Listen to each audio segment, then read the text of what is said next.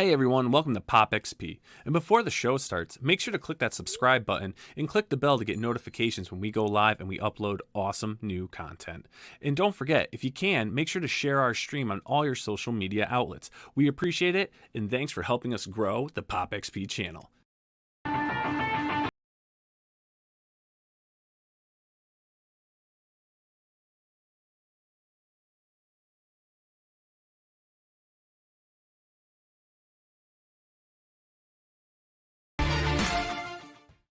Hey, what is going on YouTube? And welcome to the very first episode of Crowdfunding Comics Reviews with your host, myself, Nile, Scala, the brain of the mainframe, and a Swiss Army of a knife creator, a man, an excellent guy, Mr. Adam Lawson. How are you doing, my friend? I'm doing amazing. We've been talking about this for so long, So long. and and I think over the last year and the year before, I've read, several thousand pages of comics. Hey TJ, and it's exciting to think about to then bring all of this reading. It's back to a couple hundred campaigns, and specifically in this space, right? Like in the crowdfunding world, it's so fresh, right? Because it's like it's the cutting edge.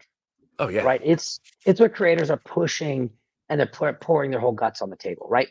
I think Tonic Mole, if you don't follow him on Twitter, he's a super cool guy. He said this, he said, I felt like back in the 90s, people were making the comic books that the child part of them wanted to read. And then now we're kind of, and lots of times in mainstream comics, we're making comics that like the frontal lobe is saying, you should make that. Right. And right. Right, exactly. It shit. Where I feel like a lot of these guys in crowdfunding, they don't have a should because they're not backed by AT&T or Disney.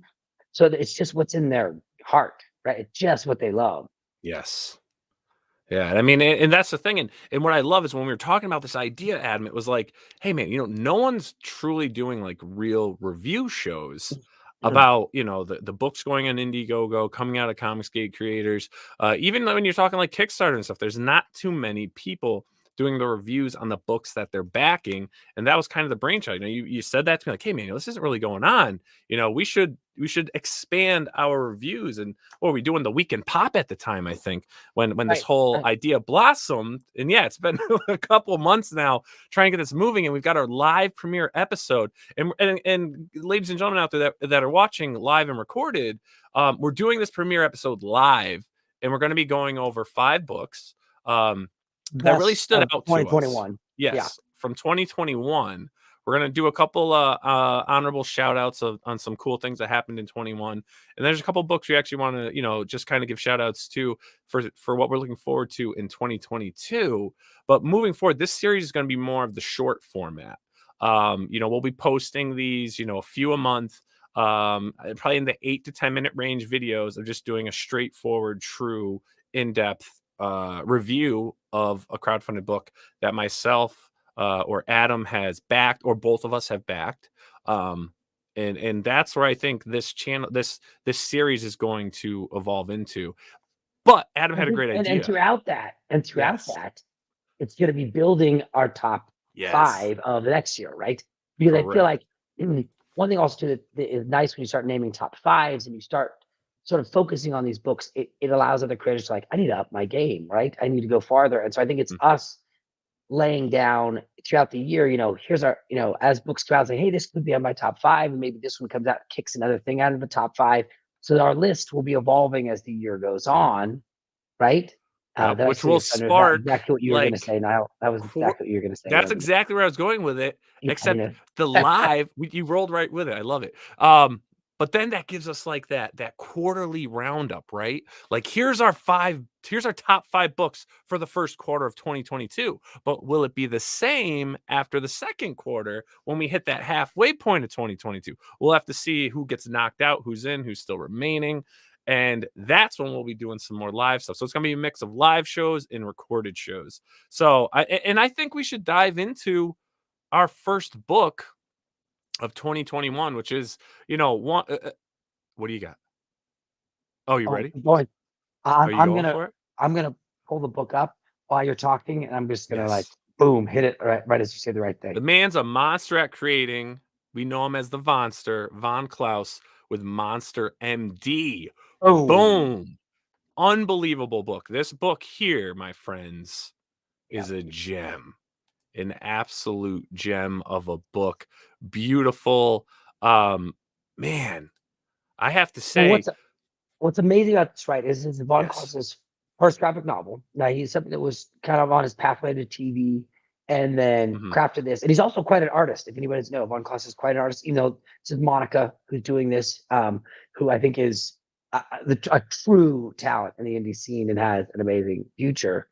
But this is a guy who didn't have a big social media following. He wasn't a celebrity. He was not a former comic pro, and yet he, you know, ended up getting almost 3,000 backers on this book. And I think a large part because it had such a wonderful hook and art style, right? Yes. And, you know, the idea of it is this is the doctor, right, for a werewolf. You know, where does Frankenstein go when he needs to fix his broken arm, right? Where does Dracula go to get his teeth repaired?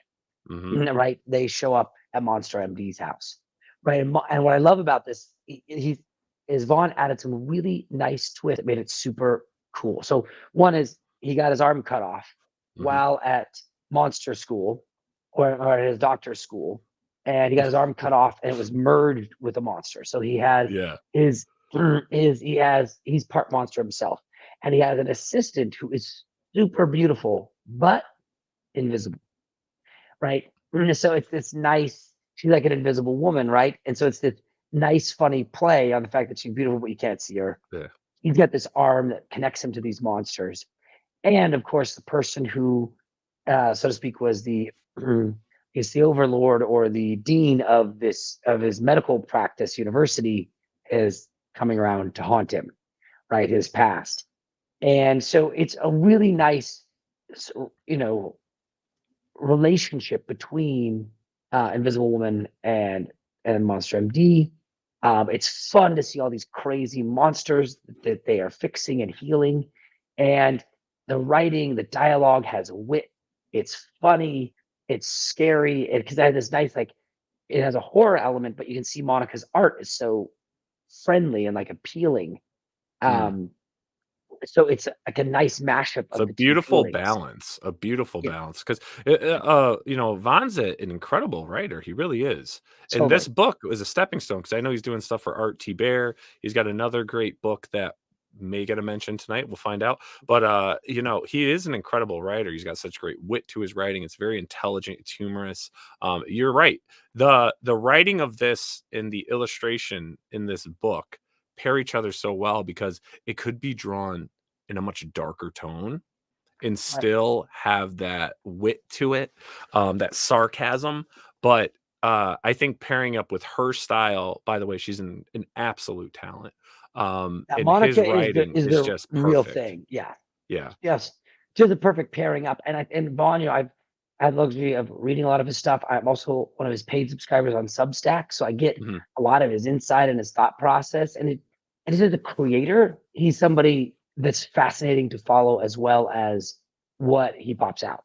So this for me took the cake as far as like it represented everything amazing about crowdfunding. An unknown coming forward was a book that you just can't forget, and you want to see volume 2, you want to see volume 3 with this. I loved it.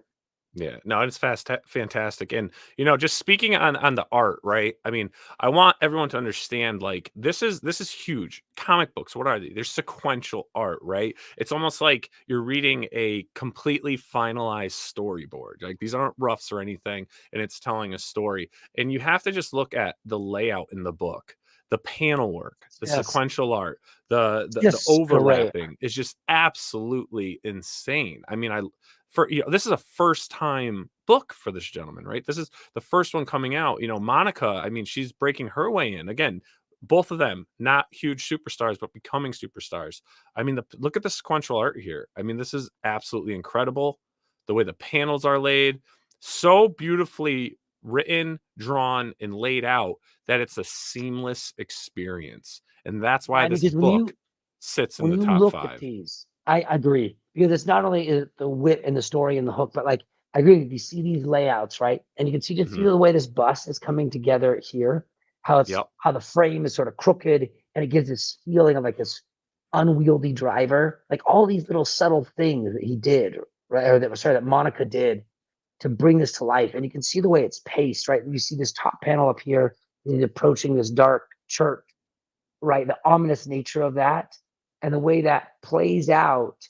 It's really, that's a true art, right? And I think lots of times, right, with new books, that the sequential work, it leaves a lot to be desired, and that's not the case here. That is a tough nut to crack, because sequential art is not easy, you know, and to get your paneling and everything right and to get that proper flow, that is an art form in its own.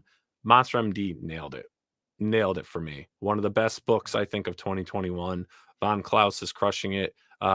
Very, very excited for what's coming up for him and Monica. Monica is just a gem right off the bat. He better have her nailed down so he doesn't lose her. Some thick contracts. You better nail that down. Yeah. But there you have it. Monster MD. So that's number 1 of our 2021. In our next pick that we have coming up. Now, this one comes from, now this guy is a legend in comics. He's the biggest name out of our top 5. But this 2021 was the year of his first campaign.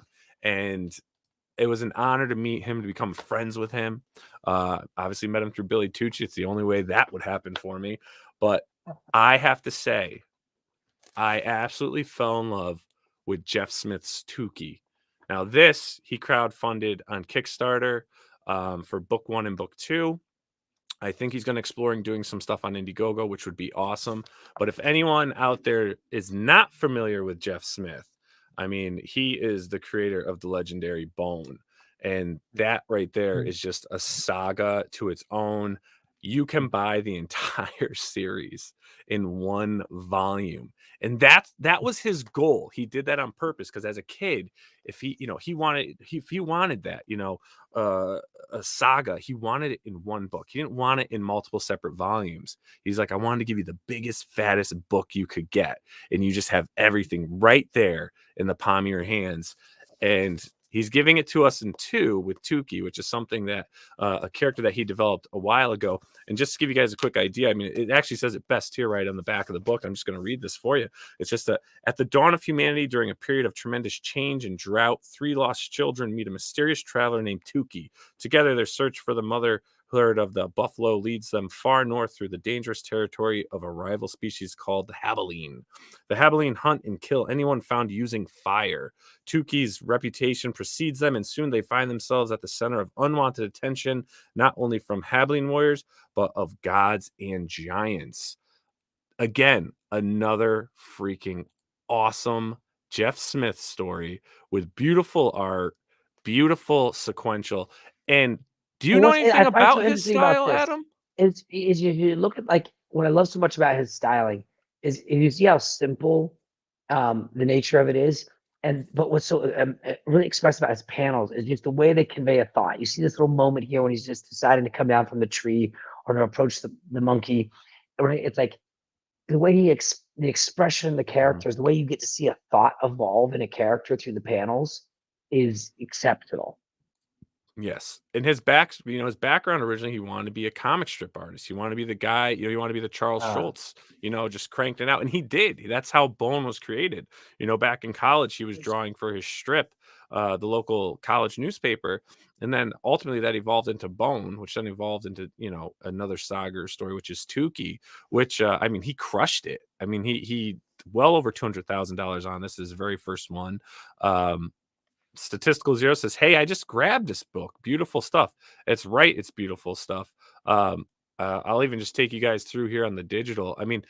If you love, that Sunday morning strip style layout, then you're going to love this book. Plus, it's just a great story. It's really cool. It's different. We're looking at a time when, man was just starting to use some stone and just starting to use fire.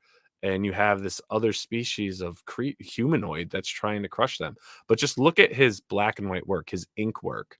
You don't need fancy. So we looked at Von Klaus, right? And you have that amazing panel types. And we got vans coming out. You got people overlapping, different panels overlapping. This is the opposite, right? You actually have kind of a clean layout. It's more simple in that form, but still very powerful in its sequential layout.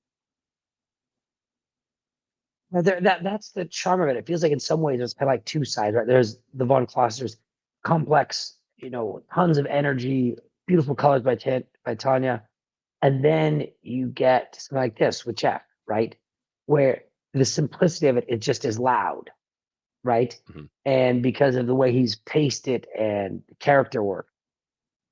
Yep. And what's great too about this is the dialogue is great. It's witty, right? There's some sarcastic moments. It's intelligently written, but then there's also pages like this, and this is where that cartoonist in him, right, comes out, where you can tell a story with image. And if you remember most of our Sunday comics and our funnies, right, in the newspaper, a lot of the strip stuff is, a lot of times there's little dialogue. A lot of it's more humorous physical comedy that's drawn into the strip, and you get a lot of that here. And I think it's incredible that we get some great dialogue in here, but you can just read the images through imagery. Beautiful It was stuff. profound. Read the image through imagery. You like that? You have to copyright that one. You have to copyright that one. But yeah, man. So this right here, this hit me in a top 5 list.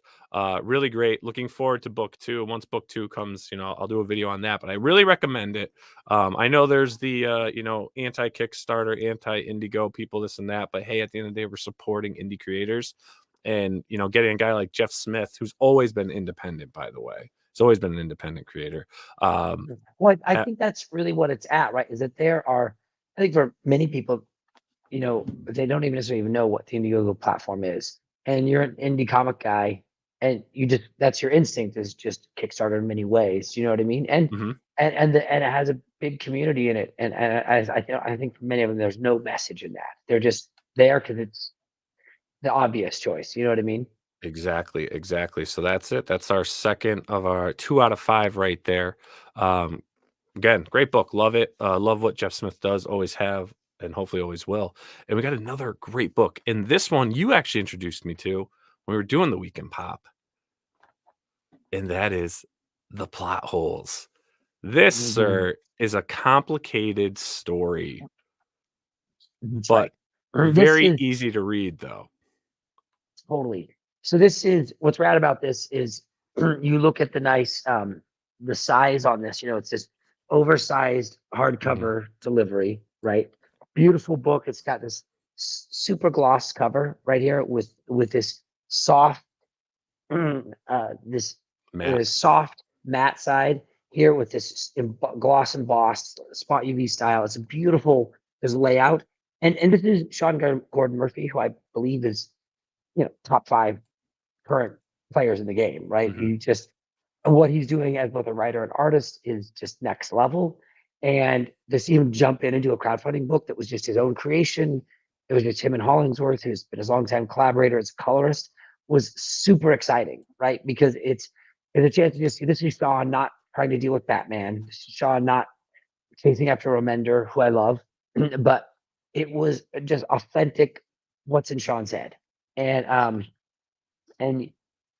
master, sequential art, his line art, the action, the sense of motion, traditional artist. And this story is unique, right? It's about a comic book writer, it's probably a little autobiographical in that sense, who runs into this group called the Plot Holes. And what these guys are, it's a group of people who go through storybooks and they destroy the bad plots and cut them out of the books so they can continue to be a success. So it's the idea that he's sort of fallen into this world of books, and with this team, he goes from book to book, cutting out the plot holes. So as a result, the book is like, he's in a Gundam style story, they're in a old Western style story, they're in a sci-fi story. They're going through all these different worlds, and it has this really lovely cast of characters. It has this like half man, half tiger, kind of this tiger character named Roar here, who got kicked out of his tribe because he was gay. And then you've got this really interesting guy who's like this Naruto spinoff. You've got this little grumpy guy here with the Uzi who's always saying offensive things. He's like the comic strip guy, right? That's exactly right. Yeah, that's right. And so they all kind of represent different parts of comics, right? And the various worlds. And you can see just Hollingsworth's amazing colors and there's such a wit and fun in it. But yes, complex tale, right? It's a lot of moving parts, bouncing through different storylines. Almost feels like the next great movie in some ways, in the way that it has this nice structure and the way it climaxes and pays off. But what I like so much about this is obviously, Sean's ability to build out pages and panels that you read and then you just want to sit back and just soak it in. And then you read and you just want to sit back and soak it all in. And he's somebody that there's one thing that I think that he does that's really profound is he creates a sense of motion in his panels. I think it's a difference between a next level comic book artist and just, star blades, just wooden characters standing in panels. Instead, there is this sensation of action and motion, so that you are taken through the panels, taken through the pages. Very cinematic, the way this is laid out. Yeah. Right. You can see here just in this panel where the electricity goes down into this smaller panel where it's kind of start the next bit of the story, the way it all flows together. So Sean Gordon Murphy, I think he's just a master of the craft on all fronts, writer and artist.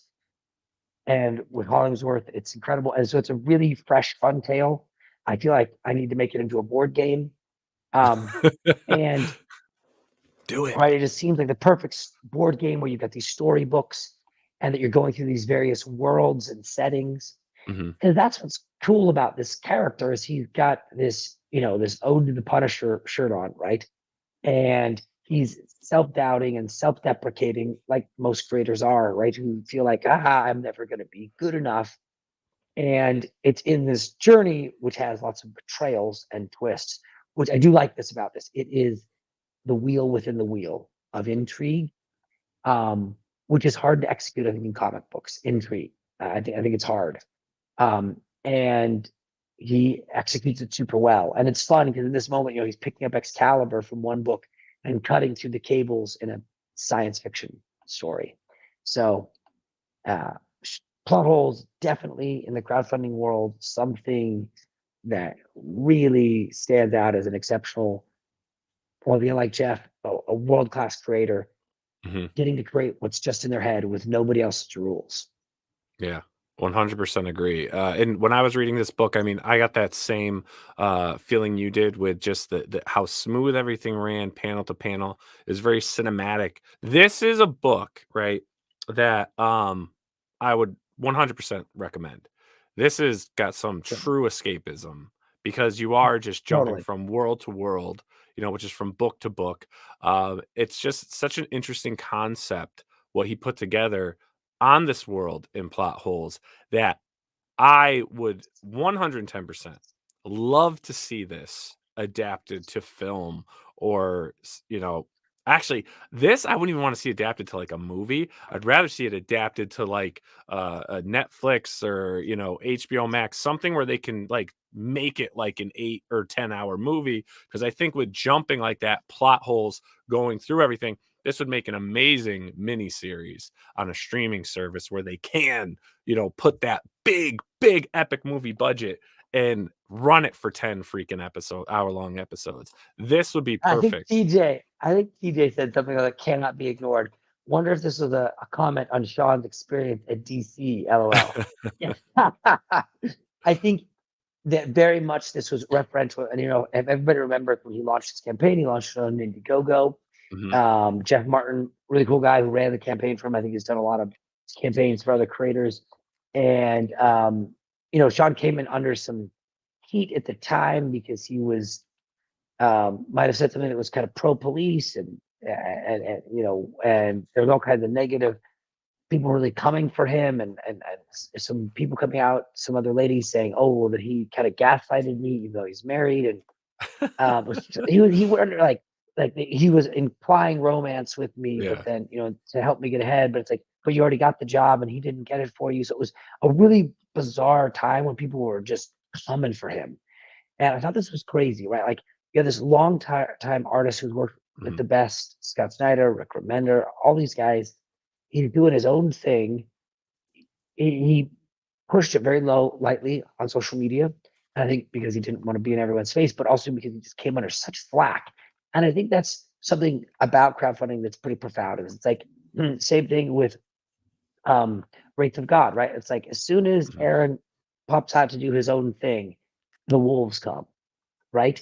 It's bold to be a crowdfunder, right? Because the wolves come for you. And it's like, wow, Sean, all this time, at any other time, they could have said something about him, right? These people who are coming after him. But now when he takes this step out like on his own, they come for him. And it really shows you, one is unfortunately some of the vicious nature of just people and that have tucked into the comic business. But it's like the guts it takes for a big creator to like go, I'm gonna do my own book. Because the wolves can come. The wolves are just waiting. They're sitting, and they're when you're starving, trying to figure out how do we get off this cliff to eat that herd.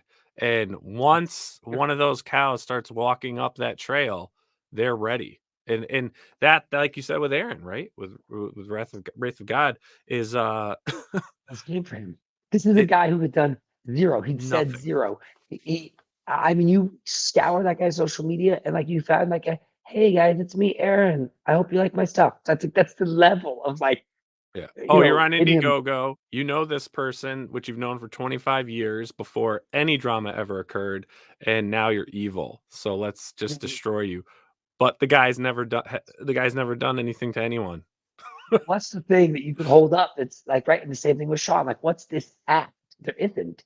And and I know his wife also writes for DC, and as a married man, I get that he probably wants to make sure that she's taken care of before himself. So very true. Anyways, yeah, and I think that Wiley, you're right. Is that the truth be told of it is they hate the guys hopping out because they can then go do this thing. When you think about it, Sean makes brings a little over $250,000 in on this book, and since he does all the art, and paid a colorist and did the writing, he'll probably make more money than he'll make on the Batman book, so to speak. And he'll own the rights. So it's really something special. Anyways, but that's kind of an unfortunate drama, but the book is amazing and stand up for a great creator. Sean Murphy, who's never stabbed anybody in the back, right? Like he didn't get attacked and then like out a bunch of people and blame people. He just took it and you know what I mean? And moved on. It's a move they have to make. The industry's changed and you got to survive, It's a move they have to make to create. And look at that. Look at that. Something that's just him creating that amazing book. So if you guys can get a copy of it, me and Adam highly recommend it. Another book that we recommend, which I thought was great, because now we're bringing some humor is coming into this world, right? We're finally getting some humor in the form of parody press in a beautiful little book called X Farce, which definitely hits the top 5 because we don't have Mad Magazine anymore. We don't have Cracked anymore. You don't have much of anything. And Don's one of the best, parody press. Don Chin, he might be in the chat still. But yes, he's in the chat here. X Farce did it for me. I loved this book. And what I really appreciate about the book was the different style of art and stuff, which brings you back to those days, right? When you had the Mad Magazine, when you had the theme of whatever that magazine was going to be, and everyone there, was doing a different satire parody of, whatever the topic was, Batman, this man, X-Men, but Don and them killed it. And the art is absolutely beautiful. The stories are hilarious, written by Don. And if you get a copy of the book, you'll see that, Don wrote most of them. There's a couple, Keith Gleason did one, which was great. Mike Barron did Professor X Auditions. There's some really cool stuff. You have 1, 2, 3, 4, 5, 6, 7 stories within this one book. And this is my reader copy. So this one gets the abuse. But Don had in some beautiful homage covers. And I definitely had to snag one of those. So I had to pull this cover right here. This would be considered my collector copy. This is the one I don't read. I did take out the plastic so you wouldn't get that too much reflection from the studio lights. But this one here, I just love that cover. Absolutely beautiful. And Don crushed it, man. And Beardzerker, I can't wait for Beardzerker to come out. I mean, maybe that'll be in a future top 5. Who knows, Adam? But again, potential and certainly as long as the backers get it before the people who can just buy it at the local comic shop, unlike Berserker, it would be great. Yeah. I mean, that was such an epic fail, which was not Keanu. It's Boom. Like, Yeah. I backed it. I paid my $50, and then you go to the local comic shop, and there the singles are on the shelf. It's like, guys, what are you doing? Definitely that we could probably talk for hours on that. But I mean, hopefully Don makes fun of that in Beer Jerker, please. Yes, hopefully. But yeah, I mean, it did such a beautiful job on this. So you've got 8 stories here: the New Mutants, Unfunny X-Cons, the beginning, the overcomplicated and completely unnecessary powerhouse of X. What if other companies had mutants? X-Cons meet the infringers, mission Antarctica, which threw me off for a second when I saw that. This one, because you'll see really quick when I scroll through. Professor X auditions, revised Genes the Meat Lofeld, X farce, which is the key story in here. But I mean, look at this just right here. This is perfect. Now, this is from Mark Lewis drew this, and he nailed that Silver Age look of the X-Men. Totally. The homage they did for this is absolutely incredible. It is hilarious, by the way. He just turned Cyclops into like just this like baffling like German idiot, which is just, oh man, I loved it. Absolutely loved it. But I mean, just you have to appreciate what they created. Look at the colors, even the aging, the patina on the paper. Look at that, Adam. Pretty I mean, epic. Don went in. Don went in on this. It's something that if parody is your shtick, you should enjoy this. Oh yeah, definitely. And then if the Looney Tunes had powers, that was a great read. That was pretty funny there. Again, different art styles coming in. Professor X auditions was hilarious. Again, this is just your classic like parody book, but this is what we need. We've lost so much in comics and in comic magazines, right? I mean, you just don't have the parody books. I mean, you don't have much even in all age books and things like that. I wouldn't really consider this all ages with some of the humor in here, but I mean, it could pass a little bit for it. But I mean, again, now we come into the New Mutants. I mean, look at this art here. I mean, what a humdrum of just amazing talent. What's that? The Newt Mutants, you mean? Yes. Oh, the Newt Mutants. Sorry. Just absolutely incredible. And then this is the Antarctic Mission Antarctica. It's just white. There's nothing in the boxes. Just unbelievable. Well, that was snow. It's Antarctica. You can't even see in front of you because of the snow and the wind. That was just perfect. Again, I loved this. I absolutely loved this. Hilarious, absolutely hilarious. Don, you definitely kudos to you. Did a great job on there. So this, I had to bring this in. This was like nothing else that I had received or backed in 2021. Nothing else that I've even bought from a comic shop. Awesome book right there, my friends. And just beautiful colors, just pops. What do you think? Do you think they should bring you think a Mad magazine could survive in this day and age? I think on the crowdfunding side, I think with people who are willing to be rebellious and willing to make the jokes and get away with it, I think, it's kind of like almost like the Babylon Bee of comics would be great. You know what I mean? And I think it would be a super fun avenue. I hope they do. I hope someone is scheming that. Maybe Don Maybe is scheming that for his next launch. Yes. And then that takes us to number 5. Pull that up. Boom. T-Bird and Throttle. Now, you guys might have missed some of this. So this book, this was the crowdfunding version of it on How Rad Comics. It's by Josh Howard, and he is like Sean Murphy, except he's even farther. He's the writer, the letterer, the artist, and the colorist. And he created a book that I really love, that if I can try to get the rights to, for TV years ago, called Dead at 17. Cool story about this girl who gets killed at her 17th birthday and is involved. That comes back to this undead girl battling these zombies. Anyways, he's created a lot of stuff over the last 20 years. I think he's a true talent. Once again, he does it all on his own. Now this is published now on Alterna, picked it up. So this is the crowdfunding version that you can only get then, but then you can buy it on Alterna in a couple installments that they're oversized. This is an amazing tale of a superhero, a rise and fall of a superhero. Our main character in this story, he goes to Mars. He gets this engine put into his chest, and it gives him his powers. It's kind of this cool concept. You can see it right here. And he has this sidekick, this woman, or you can see him there, who also is kind of like his unrequited romance, even though he's married. And this turns into lots of complexity in his life. He gets betrayed. He ends up doing terrible things, and then he tries to redeem himself. And ultimately, I'll let you read to find out that answer on that. But even though the art is very friendly and seems, once again, sort of simple in its nature, the storytelling and writing is quite, it's full mature. of incredible depth. Yeah, it's very mature in its storytelling. And because our principal character, our main character in the story, which is Mitchell Maddox, and he's an astronaut turned superhero. I think great way. Let me just read the back of this.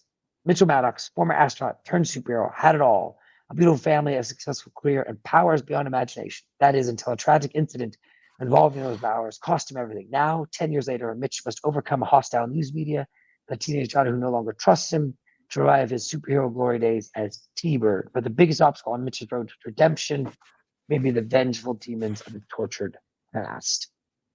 Right? And this has a lovely relationship between this dad and daughter that has become estranged, and he's trying to redeem it. And anyone who has children can understand this desire to connect with your child, and how he made bad choices that have caused this problem, and he is trying to fix it. And full of incredibly great dialogue, beautiful art, a really dynamic villain that's unsuspecting. And you see these totally cool pages, right? They're just these super cool pages, really vivid colors, and you get these big, beautiful colors in this.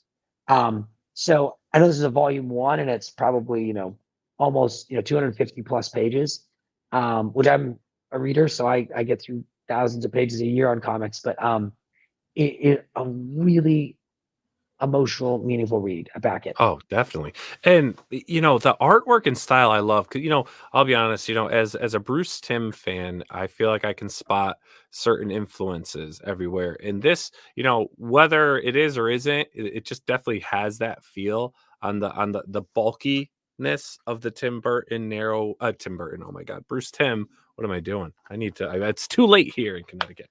The Bruce Timm style narrow waist, just the simple structures and whatnot. But then like the very serious tone of the book, like you said, again, another perfect pairing, and he does it all.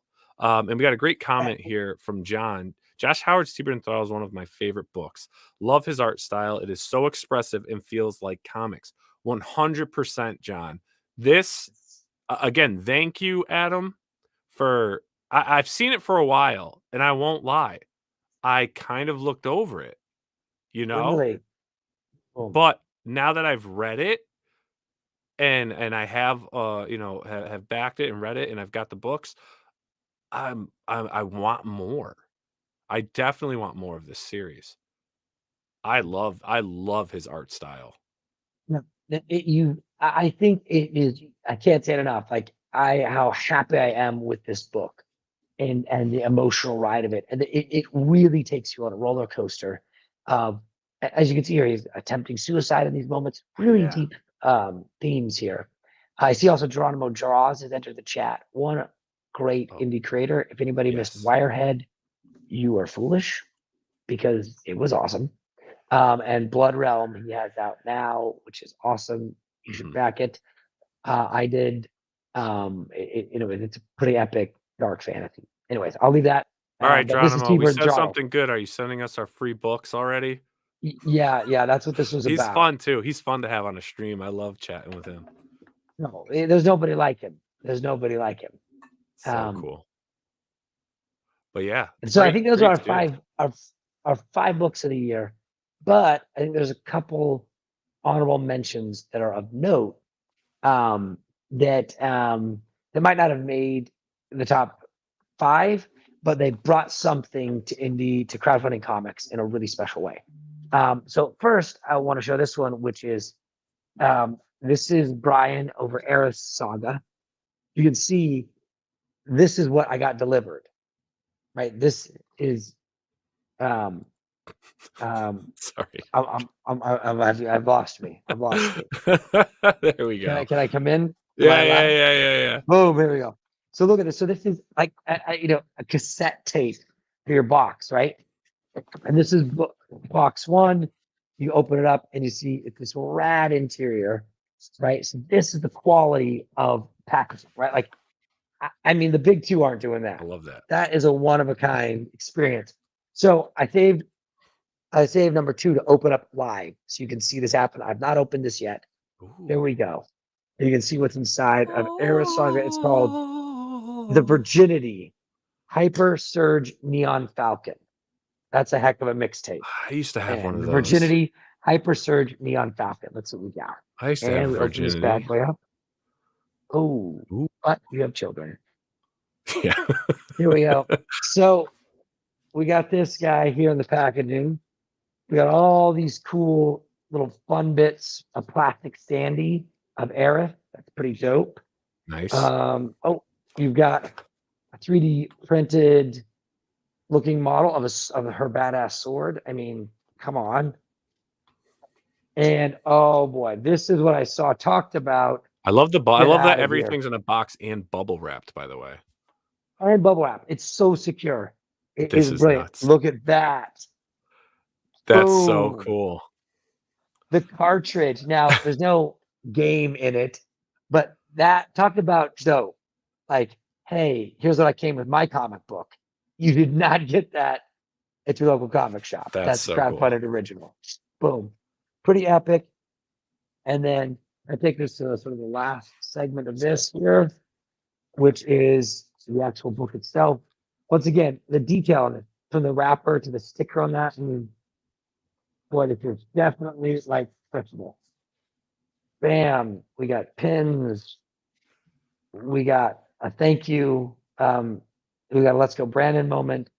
And then we've got boom, Aerith Saga books. That looks awesome too. Prints. I mean, it's actually, I read the first one. It's super fun. It's like, it feels like a music video with like some raunchy, witty dialogue. It's really cool. So that's Brian over at Aerith Saga. He's a one-of-a-kind creator whose packaging I can't rival this. I don't know who can rival that delivery. Yeah. So honorable mention for him. And then I feel like, honorable mention number 2 is Cyberpunk Warts and All. Yes. And what that came with. Now, this is obviously not a 2021 book published in the 90s, and then he collected it all here.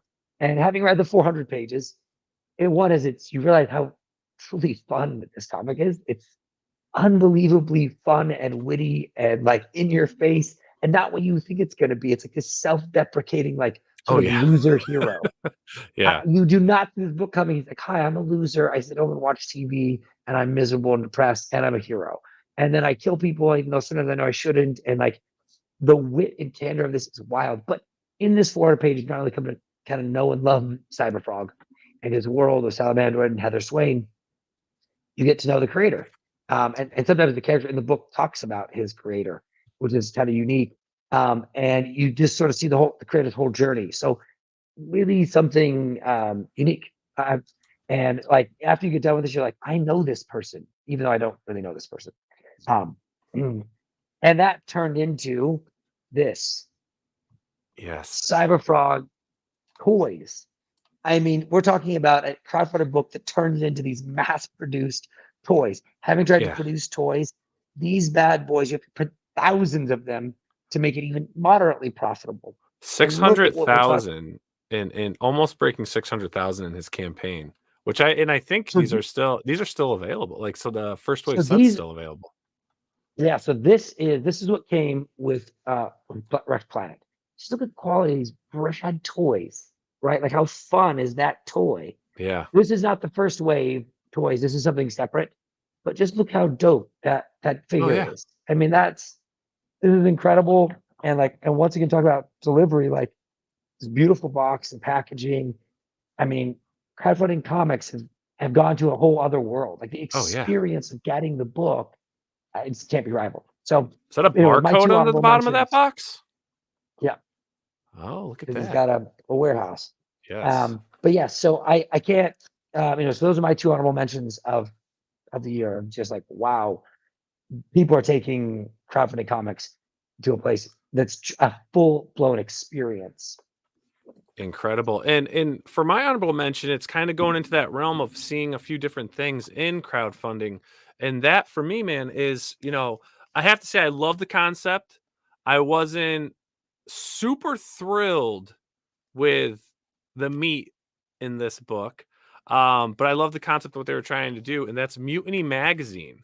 Now, this was a Kickstarter campaign, and you've got Corridor Magazine. So we've seen 2 comic related magazines hit the crowdfunding scene of really trying to bring that fan style of the like the old Wizard magazines here, of just trying to capture that moment. So I felt like Mutiny was trying to do that. We've got obviously the Todd McFarlane and stuff, but the only issue I would say with doing a magazine is the relevance of the timing of the articles, because when your magazine runs a bit late, the article is a little kind of old news, with the way the media and stuff is.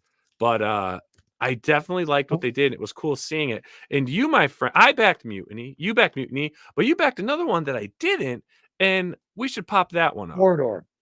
Super. Look out this massive oversized book. You know what I mean? This was oversized, and this is oversized beyond oversized.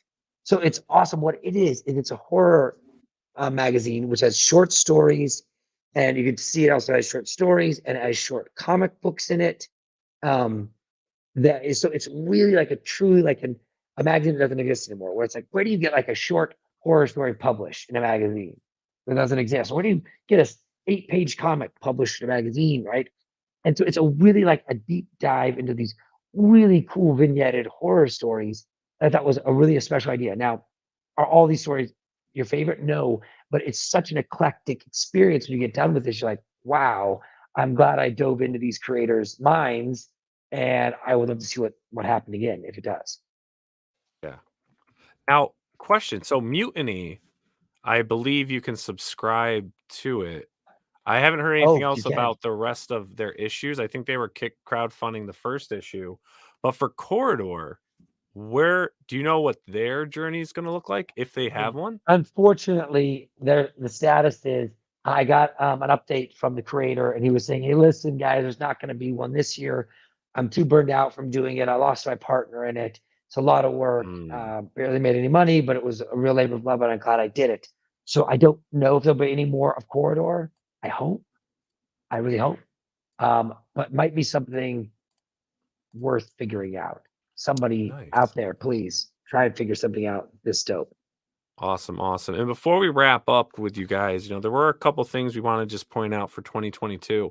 And the first one, actually, Adam brought to my attention today. I looked at it. I'm going to probably try to get these creators on. I've already started the process of reaching out.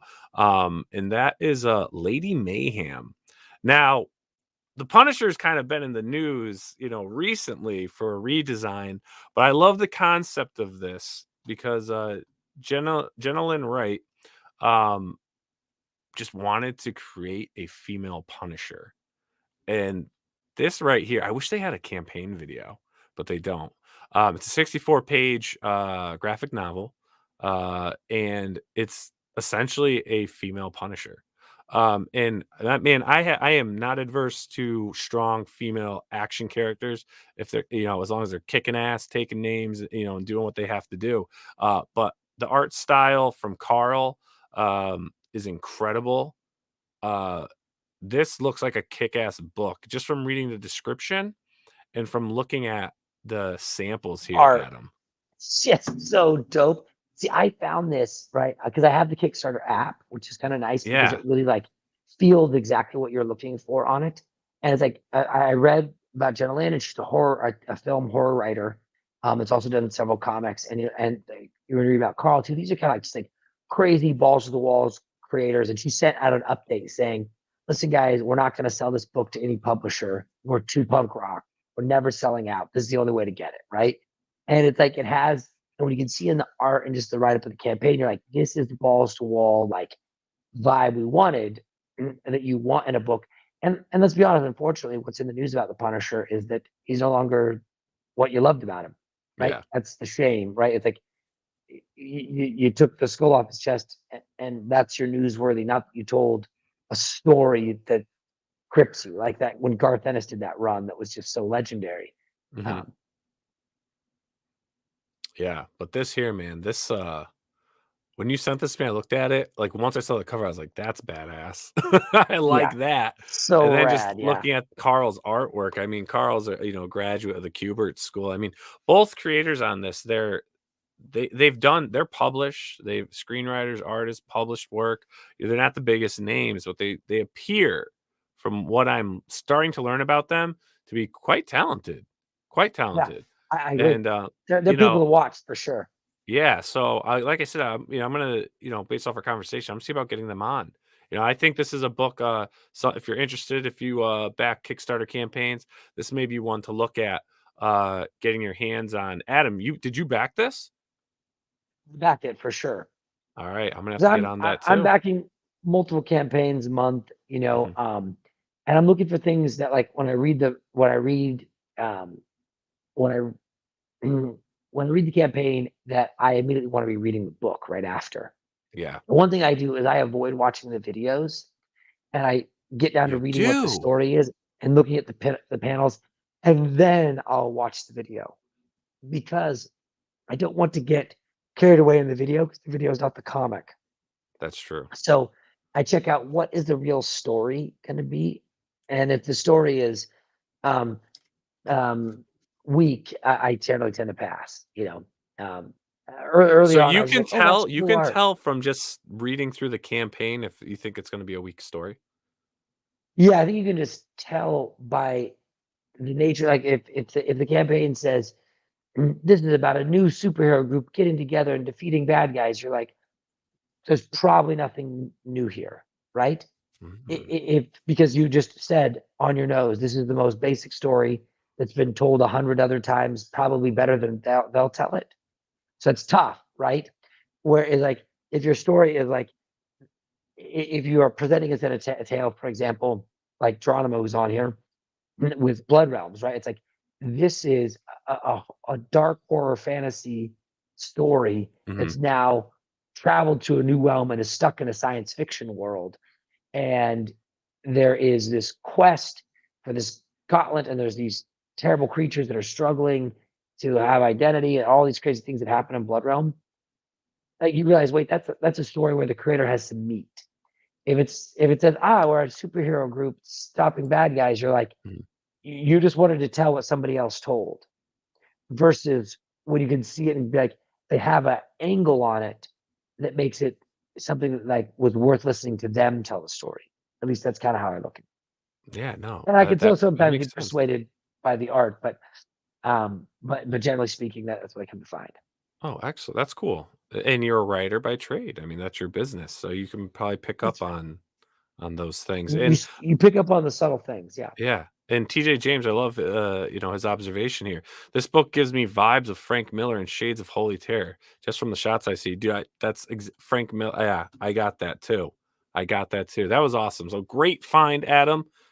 Definitely keep an eye on this book, guys. Adam's backed it. I'm gonna back it once we get off this stream, because I don't want you getting my personal info. And I think this might be a good one to add to the review queue. It's on there. I think the last thing to note is talk about the press, the publisher of the year. There's this company called Magnetic Press, and this is one of their books I back, Small World. They do these beautiful books. They're on Kickstarter. They're a Missouri-based company. The book is huge. Look at these books. It's this huge, beautiful book, and you're getting this for like $25 or $30, depending on the campaign. Sometimes it's as high as 40, but it's this beautiful, oversized hardcovers. This is Toru Toreda is the artist, who I've been following for years. He's just an amazing mangaka. But you look at these beautiful pages in this book, it's Euro style. Anyway, but this press, Magnetic Press, is a publisher to keep an eye out for on Crowdfunding Comics. Awesome. And then an artist we think you guys should keep an eye out for is actually, a friend of ours, but a great artist. His first campaign, which is Joe Catapano, Star Circuit. He came in 2021.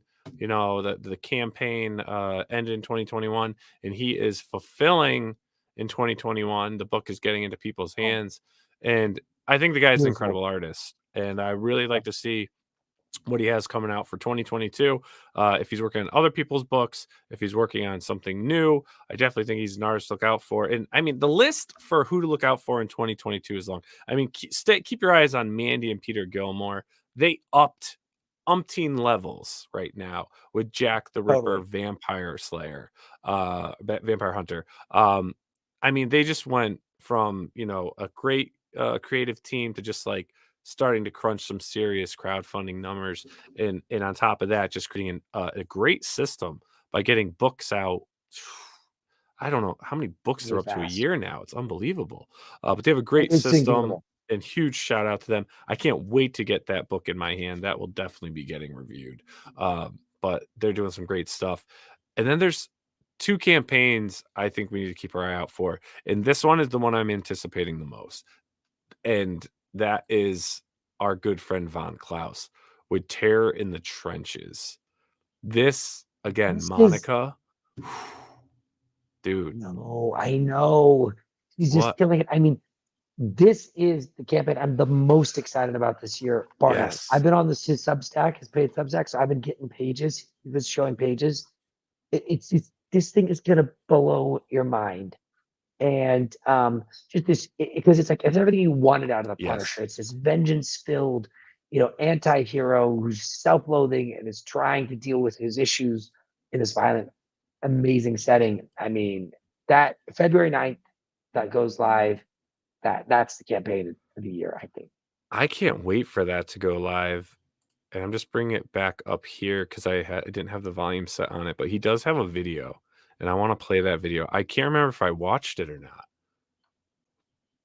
Let's check it out. Oh.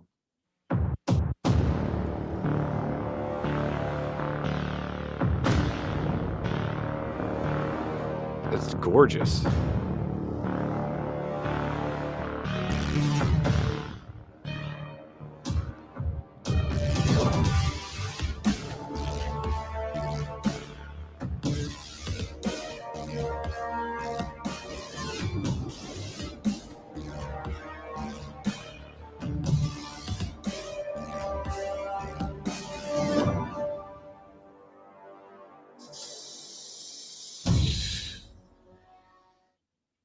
That was pretty cool.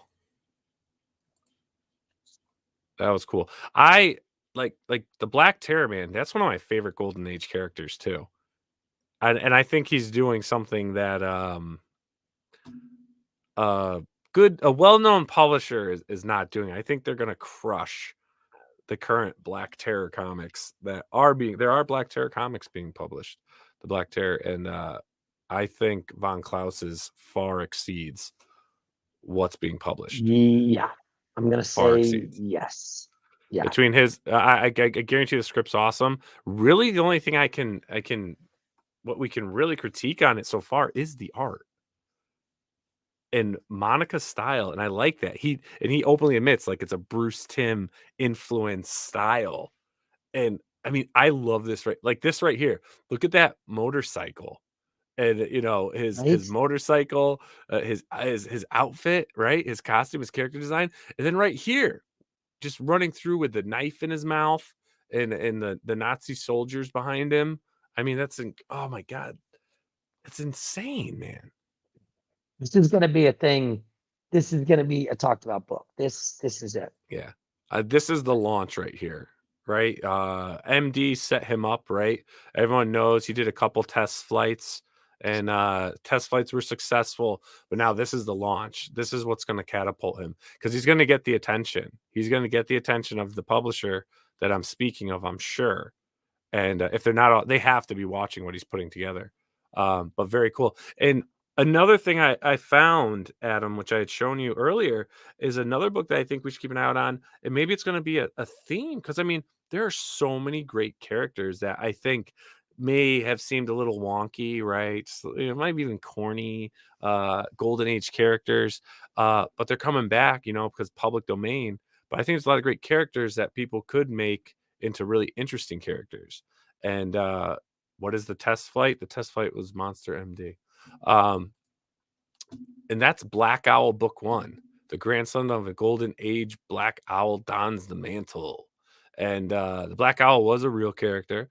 This is coming to you guys from Mark Polton and Greg Polson.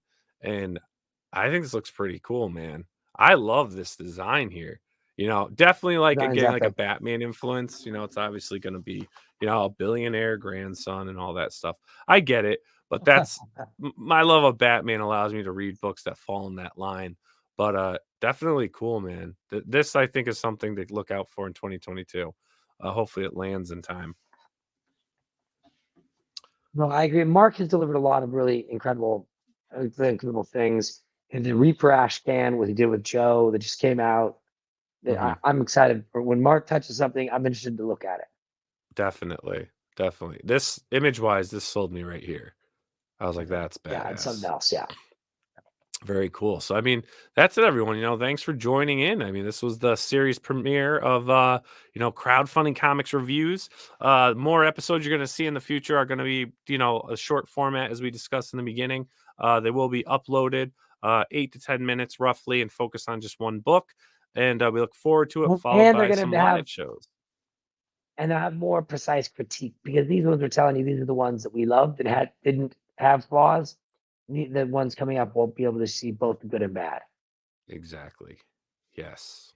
So you may love us or hate us on some of them. I guess that's the we'll see. That's what I was pointing at. Yeah. We'll see what they think. So anyways, I hope everyone enjoyed the show. We love comics. We love indie creating. We love crowdfunding, and we hope you guys too. And we hope you join us and help share and spread the word of crowdfunding comics at Pop XP and what we're trying to do.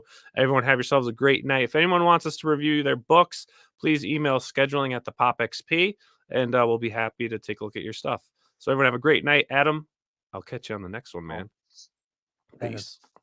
Hey everyone! Thank you for joining us on Pop XP. If you haven't already, make sure to click that subscribe button, and also click the bell for notifications when we go live and we upload some awesome new content. Also, don't forget to head on over to Twitter and follow us at the Pop XP, and over on Instagram at the Pop XP. Thanks again, everyone.